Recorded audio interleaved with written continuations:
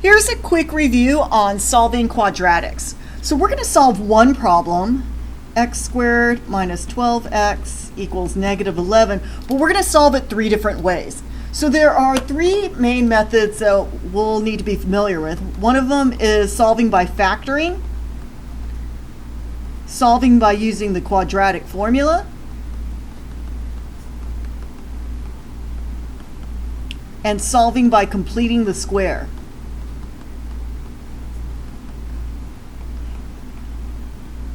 Now, all three of these methods, the end result is to get x equals. Right, so the first method that we'll take a look at is factoring.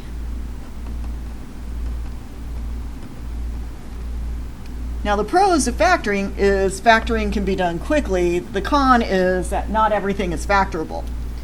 All right, so the first thing we want to do is we set the equation equal to 0.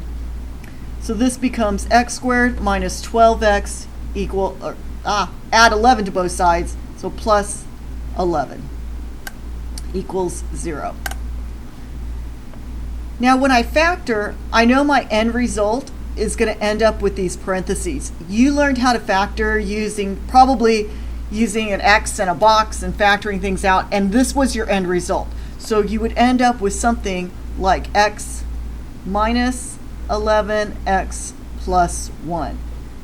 From here, we're going to use the zero product property.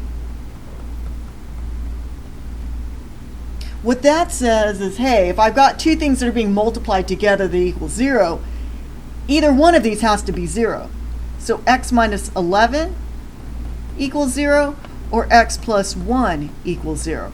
Solving from here, we get x equals 11, and x equals negative 1. So these are my two solutions to that quadratic equation. The other way is using the quadratic formula. So the pros of using the quadratic formula is it always works, regardless of whether it's factorable or not. The con is it's a long process. So you have to remember the quadratic formula is x equals negative b plus or minus the square root of b squared minus 4ac over 2a. So we need to identify from that equation what a, b, and c are. So again, we're still going to set it equal to 0 first. So we have x squared minus 12x plus 11 equals 0. So we have a equals 1, b equals negative 12, and c equals 11. So now it's just a matter of substituting all that information in there. X equals negative b, so 12 plus or minus b squared 144 minus 4 a c all over 2a. I'm going to do a little bit of this in my head because I'm going to run out of space, but basically you just throw this all into your calculator. Square root of 100 over 2. Square root of 100 is just 10, so I have 12 plus or minus 10 over 2. Now, this plus or minus, don't forget, means I'm going to have two results here. I'm going to have a plus 12 and a minus 12. So I'll have x equals 12 plus 10 over 2, which is 11, as well as x equals 12 minus 10 over 2, which equals 1. So those are my two answers. And as you can see, it's consistent. They're both the same. All right. And then the last method is completing the square. Again, the advantage of this is you could solve every problem by completing the square. The disadvantage is sometimes it becomes a little bit more difficult when you add a leading coefficient. In other words, if there was a number here, like a 2 or a 3, if my a term was not 1, then it becomes a little bit of an issue.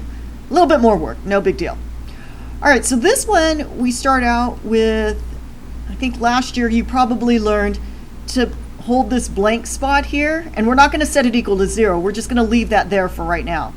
But basically you're trying to find a number here to make a perfect square. So I think many of your teachers told you that you needed to split this. Right? You split the negative 12, so negative 6, negative 6x. So then you end up with x minus 6, x minus 6. And then this number here became 36. 6 times 6 is 36. And that's what went here and here. So this is 36, and this is 36. So this side is just this right here, which we just factored. So now this becomes x minus 6 squared equals 25.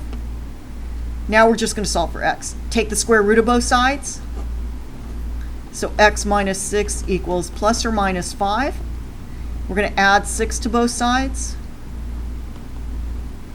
Again, that plus or minus means I have two equations. So x equals 6 plus 5, and x equals 6 minus 5. And there you go. These are the three methods or three ways of solving a quadratic equation.